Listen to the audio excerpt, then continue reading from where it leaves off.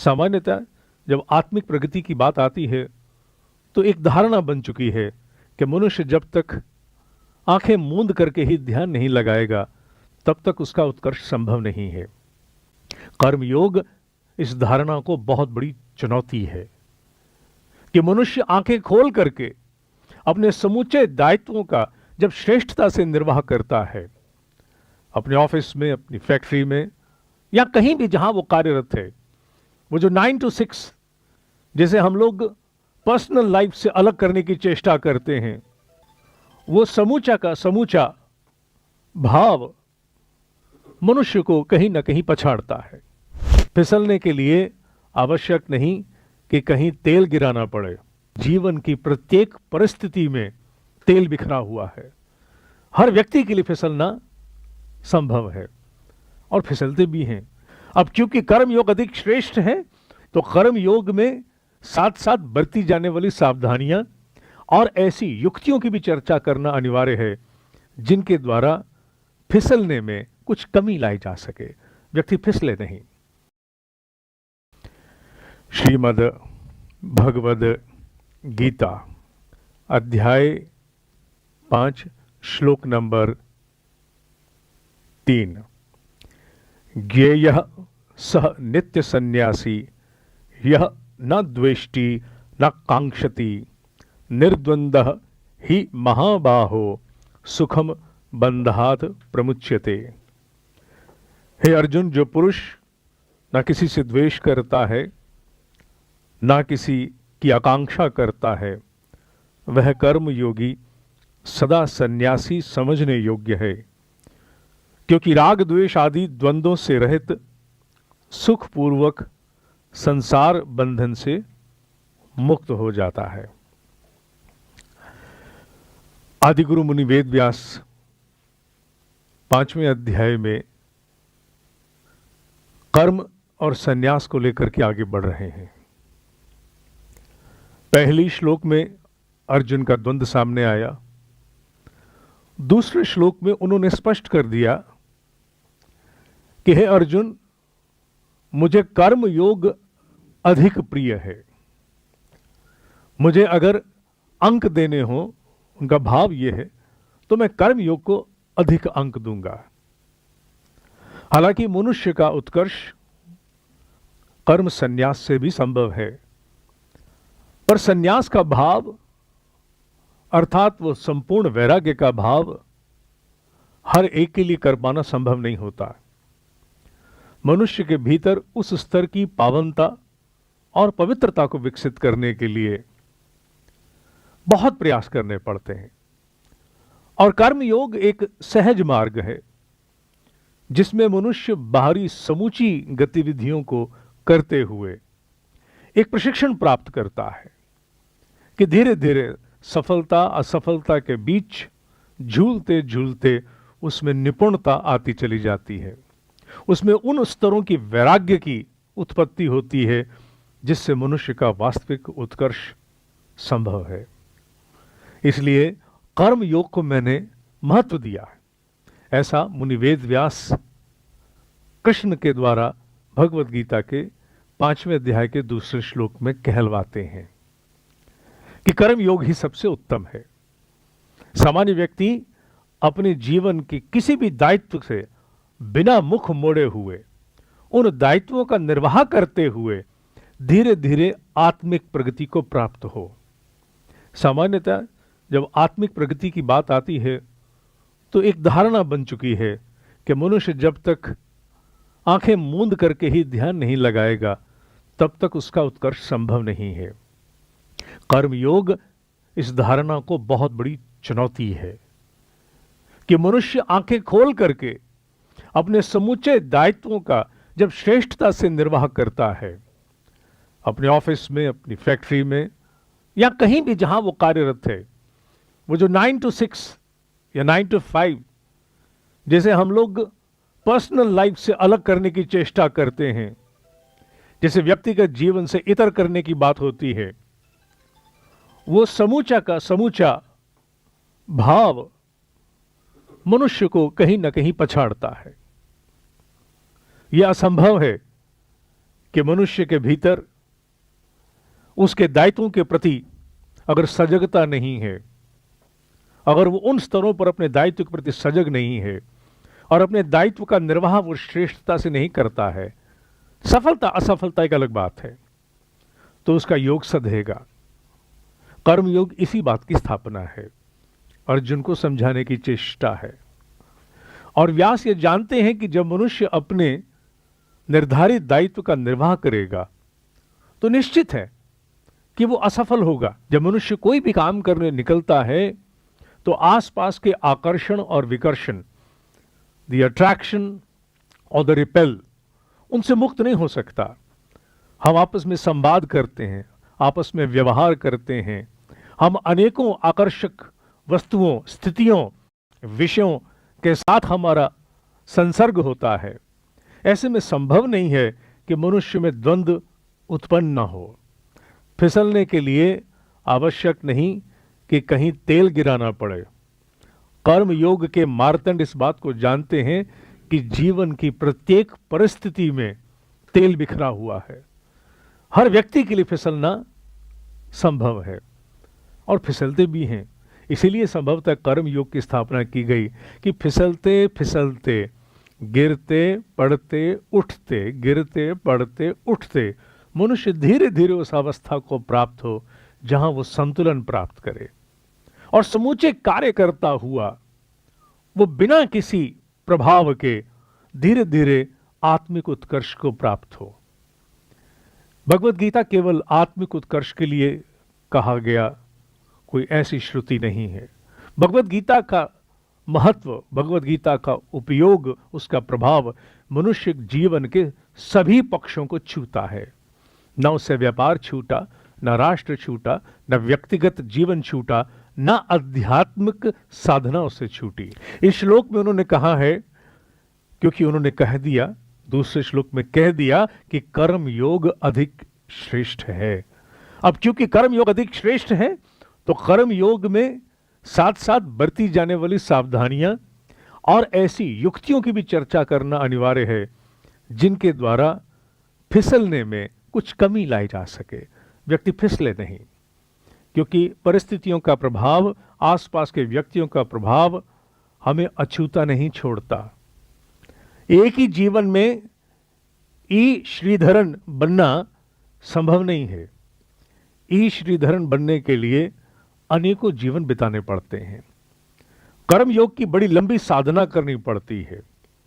इसलिए कृष्ण ने इसमें कहा है, बहुत सुंदर शब्दों में कहा है कि कर्म योग की साधना करते हुए, गीता के शब्दों के पीछे भाव बहुत बड़ा होता है, साधना करते हुए मनुष्य को एक ऐसे इंसुलेशन का प्रयोग करना चाहिए जिससे पूरे जीवन में नाना प्रकार के व्यापार करते हुए, several business of the life, मनुष्य प्रभावित ना हो। वो इंसुलेशन कौन सा है? बिजली की तार पर इंसुलेशन मनुष्य को बिजली प्रयोग करते हुए भी झटके से, उसके खतरे से बचाता है। उसी प्रकार कर्म योग के अंतर्गत सभी जीवन के महत्वपूर्ण दायित्वों का, इंक्लूडिंग बिजनेस एंड जॉब करते समय मनुष्य फिसले नहीं, झटके नहीं खाए। इसके लिए कृष्ण कहते हैं कि हे अर्जुन, हे महाबली, मनुष्य को दो बातों से बचने की चेष्टा करनी है। वो कौन सी? पहला है द्वेष और दूसरी है आकांक्षा। द्वेष के अनेकों स्वरूप हैं। द्वेष का स्वरूप मनुष्य के भीतर आई हुई खिन्नता भी है, हताशा भी है। द्वेष का स्वरूप दूसरों के प्रति हीन भाव भी है। और आकांक्षा के अनेकों स्वरूप हैं। जहां लेवल ऑफ एक्सपेक्टेंसी हाईएस्ट होगा वहां पर निश्चित रूप से जानिए कि उतने ही स्तरों पर गिरावट भी होगी। आकांक्षा अर्थात कहीं लोभ, ऐसा लोभ जो मनुष्य को पीड़ित कर दे। ये दोनों, आकर्षण और विकर्षण के लिए आकांक्षा, ये दोनों एक ऐसे भाव हैं जो मनुष्य को कर्म योग में आसक्त करा देते हैं, लिप्त करा देते हैं, फिसलने पर विवश कर देते हैं। और इतना सहज नहीं है इनसे मुक्त होना। मैंने ई श्रीधरन का उदाहरण सबसे पहले दिया। उस उदाहरण को देने के पीछे का सबसे बड़ा औचित्य एक ही था। ई श्रीधरन राजनैतिक वातावरण से पृथक तो नहीं थे, राजनैतिक वातावरण के अंतर्गत ही उन्हें भी कार्य करना पड़ा, और विशेष रूप से ऐसा निर्माण कार्य जिसमें हर मोड़ पर एक ठेकेदार है, हर मोड़ पर अरबों खरबों की खरीद होनी है। एक ऐसा वातावरण जिसमें बाहर का भ्रष्टाचार उन्हें प्रभावित करने में कोई कसर नहीं छोड़ेगा। उनके द्वारा बिताए गए अपने कार्यालय में 9 घंटे, क्या हम समझते हैं कि कर्म के प्रभाव, कर्म की प्रतिक्रिया से अक्षुण्ण रहे होंगे? बहुत प्रभाव आया होगा, परंतु उन्होंने जिस प्रकार के इंसुलेशन को अपनी कार्य संस्कृति बना दिया, अर्थात ना तो उनको कोई द्वेष था और ना ही उनको किसी प्रकार की कोई आकांक्षा थी, वो केवल अपने लक्ष्य के लिए जीवन जी रहे थे। अगर आकांक्षा होती कि अमुक मुझे मिल जाए, अमुक मुझे भी मिलना चाहिए, अथवा उनके भीतर द्वेष अर्थात उनके भीतर दूसरों के प्रति हीन भाव, खेद इत्यादि अगर चरम पर होता, तो ना जाने कितने वर्ष पूर्व वो अपना इस्तीफा देकर के कार्य से मुक्त हो चुके होते। देखना यह है कि डटे रह करके सामने की विपरीत परिस्थिति का सामना करते हुए मनुष्य अपने लक्ष्य को पूरा करे। 2 मिनट में भागना तो किसी को भी आता है, प्रभावित तो हम सब होते हैं, मुझसे लेकर लगभग सभी तक, पर प्रभावित भी नहीं होना, मैदान भी नहीं छोड़ना, डटे रहना और लक्ष्य को पूरा करना डगर पनघट की होती बड़ी कठिन है। पर इससे कम में कर्म योगी का निर्माण भी नहीं होता, इससे कम में ई श्रीधरन नहीं बना जा सकता, क्योंकि ई श्रीधरन के सामने की विकट परिस्थितियां, उनके सामने के दुष्प्रभाव उन्हें हर वक्त कहीं ना कहीं भीतर कचोटते होंगे। आखिर क्या पड़ा इस छोटी सी नौकरी में? इसे छोड़ करके मैं प्राइवेट सेक्टर में जाकर के जो चाहूं वो पा सकता हूं, और अगर मैं किसी भी बड़ी कंपनी को कॉन्ट्रैक्ट देते समय जो खरबों के थे, अगर जरा सा भी हिल जाऊं तो ना जाने कितनी पीढ़ियों की व्यवस्था कर सकता हूं। दोनों से मुक्त होना बड़ा कठिन है।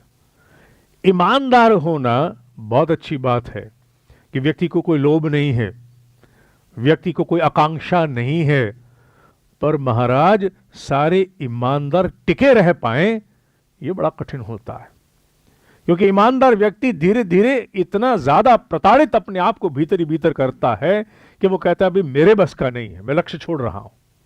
ई श्रीधरन अगर एक संपूर्ण उदाहरण है जो इस वर्तमान युग में व्यास की वाणी पर खरा उतरता है, तो इसलिए इस बात को मैं पुनः दोहरा रहा हूं, repetitions are necessary at times to ground an understanding. किसी भी समझ को गहरा आधार देने के लिए बार बार दोहराना आवश्यक होता है।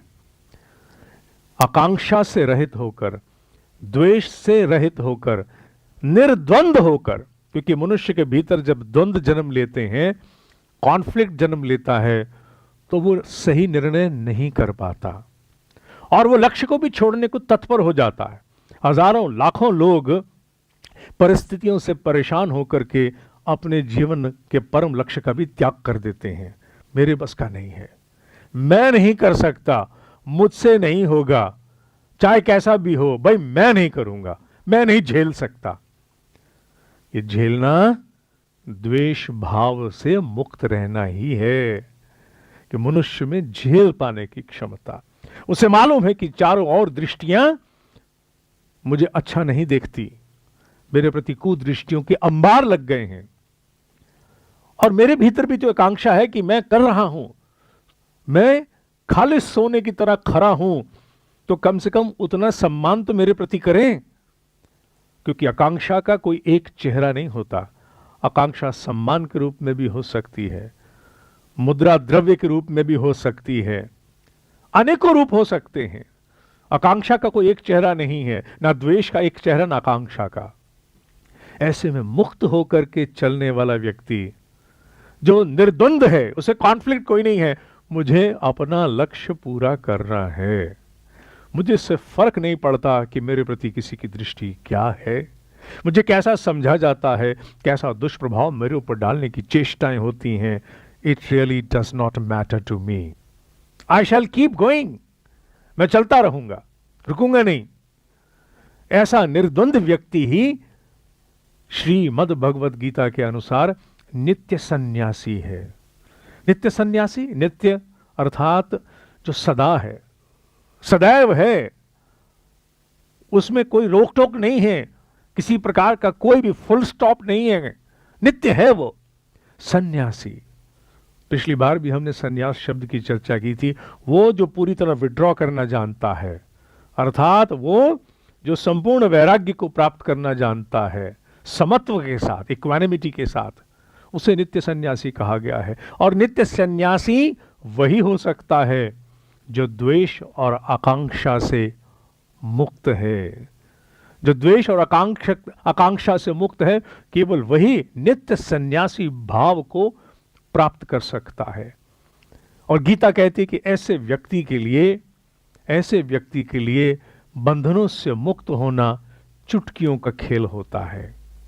हाँ, ये तो बात रही उस स्तर की जिसे गीता ने यहां कहा, जिसे ईश श्रीधरन के पूरे जीवन आचरण को सामने रख करके हम समझने की चेष्टा कर रहे हैं। पर सच ये है कि इसकी साधना है। हम हमेशा चर्चा करते हैं कि साधना शब्द का अभिप्राय क्या है। साधना शब्द का अभिप्राय यही है कि जो हम पाना चाहते हैं उसमें हम अक्षम हैं, पर हम प्रयासरत हैं, नित्य असफल होते हैं, प्रतिपल असफल होते हैं, बार बार बह जाते हैं। किया, मुझे छोटा समझा, और कभी हम द्वेष में उनके प्रति कोई भेद रख लेते हैं। इस सब में हम प्रतिपल फिसलते हैं, फिर भी प्रयासरत हैं। इसी को कहते हैं साधना। और जो इसे करता है उसे कहते हैं साधक। साधना का तात्पर्य केवल आंख मूंद करके मंत्रों का जाप नहीं है। साधना का वास्तविक तात्पर्य है कि हजार असफलताओं में भी सफलता की सिद्धि को प्राप्त करने की चेष्टा में संलग्न रहना, डूबे रहना, बार बार करना, उसे साधना कहते हैं। साध लेना, उसी को साधना है, और यही साधना है। और इसके व्यक्तिगत स्तर पर, अगर हम व्यवहारिक स्तर पर कहें, तो इस श्लोक का एक बहुत गहरा मर्म है। यह बात सत्य है कि मनुष्य जब एक समता में होता है, शांति में होता है, संतुलन में होता है, तब उसकी निर्णय लेने की क्षमता भी उपयुक्त होती है, उत्कृष्ट निर्णय वो ले पाता है। The best possible decisions are an outcome of a settled brain, settled mind. मनुष्य का मस्तिष्क अगर अस्थिर है, असंतुलित है, तो उसके निर्णय भी दुष्प्रभावित होंगे। इसलिए मनुष्य की संपूर्ण मस्तिष्क की क्षमताओं को, द एंटायर ब्रेन पोटेंशियल, उसे अगर सक्रिय रूप देना है ताकि वो अपने मस्तिष्क की संपूर्ण क्षमताओं का पूरा प्रयोग कर सके, तो आवश्यक है कि भीतर से वो संतुलित और स्थिर रहे। क्योंकि द्वंद्व मनुष्य को अस्थिर करते हैं। कॉन्फ्लिक्ट, डुअलिटीज, डायकोटमीज, ये मनुष्य के भीतर अस्थिरता लाते हैं। जो व्यक्ति द्वेष से प्रभावित होगा, जो व्यक्ति आकांक्षा से प्रभावित होगा, वो निश्चित रूप से भीतर असंतुलित होगा। ऐसा व्यक्ति उद्विग्न होगा, परटर्ब्ड। इसको बहुत सुंदर रूप में कहा है कि द इम्परटर्ब्डनेस इनसाइड, कि मनुष्य भीतर किसी प्रकार से विचलित ना हो, अंदर अस्थिर ना हो, अंदर खिन्न ना हो, फ्रस्ट्रेशन ना हो, तभी जाकर के मस्तिष्क की सभी क्षमताओं का, गीता के इस श्लोक के अनुरूप, if you really want to exercise the ultimate potential of your brain, तो आवश्यक है कि आप इन दो से मुक्त रहें, दो से मुक्त होने की चेष्टा करें। क्योंकि ये सारा प्रयास है, मैं केवल गीता को बांच रहा हूं, इसके भाव को मैंने सिद्ध अभी नहीं किया है। सुनने वालों से कहीं अधिक असफल संभवतः है मैं अपने जीवन की साधना में होता हूं। आई ओपनली एडमिट दैट। पर इसके अतिरिक्त मार्ग भी हमारे पास कोई नहीं है। We all have to understand, क्योंकि हमारे जीवन के जितने भी लक्ष्य हैं, चाहे वो व्यापार से जुड़े हों या किसी क्षेत्र से जुड़े हों, all objectives that we want to cherish, वो तभी संभव होंगे जब मस्तिष्क समत्व में होगा, संतुलन में होगा, इक्वानिमिटी में होगा, शांत होगा। ई श्रीधरन के मुख पर चिंता नहीं देखी जाती थी, उनके मुख पर खिन्नता नहीं देखी जाती थी। शाम को 5:30 बजे ऑफिस छोड़ने के बाद उनका जीवन और वो अपने आप में पूरी तरह से एक अलग रस में डूब जाते थे। 8:30 से 5:30 का उनका जीवन उनके व्यवसाय का होता था, जिसमें अनेकों प्रकार के प्रभाव और चुनौतियां, क्योंकि टाइमलाइंस थी। That man is known to meet his timelines, deadlines. और तब भी उनके मुख पर किसी प्रकार की कोई ग्लानि, खिन्नता कुछ नहीं होता था। क्यों? क्योंकि भीतर एक समत्व प्राप्त है, न द्वेष है न आकांक्षा है, बस केवल लक्ष्य है। ऐसे में उनके मस्तिष्क की क्षमताओं ने वो सर्वोच्च निर्णय लिए जो उन्हें लेने थे। उन्हें डिगाने की चेष्टा करने वाले उन्हें डिगा नहीं पाए, और वो नित्य सन्यासी भाव में ही रहे। और निश्चित है कि अपने लक्ष्य को प्राप्त करके उन्होंने उन बंधनों से मुक्ति प्राप्त की जो उन्हें कर्म योगी के रूप में बांध सकते थे। और आध्यात्मिक जीवन में भी आवश्यक है कि वो आगे जाएंगे, बल्कि वो उन अवस्थाओं को प्राप्त कर चुके हैं। श्रीमद् भगवद गीता का मर्म ई श्रीधरन की चर्चा क्यों आती है? वो इसलिए आती है क्योंकि ई श्रीधरन के विषय में कहा जाता है कि हर वो व्यक्ति जो उनके साथ काम करने के लिए इंडक्ट होता था या चुना जाता था या रिक्रूट होता था, जैसा मैंने पढ़ा है, पहले ही दिन वो श्रीमद् भगवद गीता की एक प्रति, एक कॉपी उसके हाथ में थमा देते थे। और जो लोग उनको प्रत्यक्ष नहीं मिलते थे, उनको डिपार्टमेंट की तरफ से एक प्रति श्रीमद् भगवद गीता की आधिकारिक रूप से सौंपी जाती थी। उनके लिए ना तो वो कोई धार्मिक पुस्तक थी, बल्कि it was the conduct, it was the constitution, it was a manual for perfectionist, for a perfectionist, to become a perfectionist. Gita के प्रति उनका जो अनुराग था उसे उन्होंने जिया और उसे उन्होंने वितरित भी किया। इस भाव को, ये पूरा श्लोक मैं उनके अपनी ओर से उनके प्रति इसका भाव, आज का भाव मैं समर्पित करता हूं, क्योंकि उनके जीवन के आचरण में मैं इसे पूरी तरह जीवंत पाता हूं। जहां उन्होंने समूचे श्रेष्ठ निर्णय लिए, और उनके निर्णय श्रेष्ठ थे कि नहीं ये भारत में किसी को बताने की आवश्यकता नहीं है। और उनके श्रेष्ठ निर्णय केवल इसलिए आए क्योंकि वो द्वंद्व रहित थे, और वो द्वंद्व रहित केवल इसलिए थे क्योंकि उन्हें ना तो कोई द्वेष था, neither there was a hatred for anything, nor there was a level of expectancy, ना उनको किसी के प्रति द्वेष, ना कोई आकांक्षा थी। और जहां जहां ऐसी अवस्थाएं जन्म होती जाएंगी, वहां वहां मनुष्य कर्म योग में उत्कृष्टता प्राप्त करेगा। कर्म योग का उद्देश्य एक ही है, जिसे पिछली बार हमने कहा कि मनुष्य के जीवन का एक ही उद्देश्य है जो उपनिषदों ने गाया, आत्मानो मोक्षार्थ जगत हिताय च। मेरी प्रगति हो, I must be able to evolve, मेरी मस्तिष्क की क्षमताएं जागृत हो, मेरी सोच में विस्तार आए, मेरे भीतर की न्यूनताएं मैं उनसे मुक्त हो सकूं, मेरे भीतर आए हुए समूचे कुसंस्कार जो व्यवहार अर्थात आदत बन करके, स्वभाव बन करके मेरी प्रगति में बाधा बनते हैं, मैं उनसे मुक्त हो सकूं। इसी को कहते हैं आत्मानो मोक्षार्थ। जगत हिताय च, जगत हिताय च का तात्पर्य है थ्रू एक्टिविटीज में उसे पूरा कर सकूं। आज के लिए केवल इतना ही। ओम शांति शांति शांति।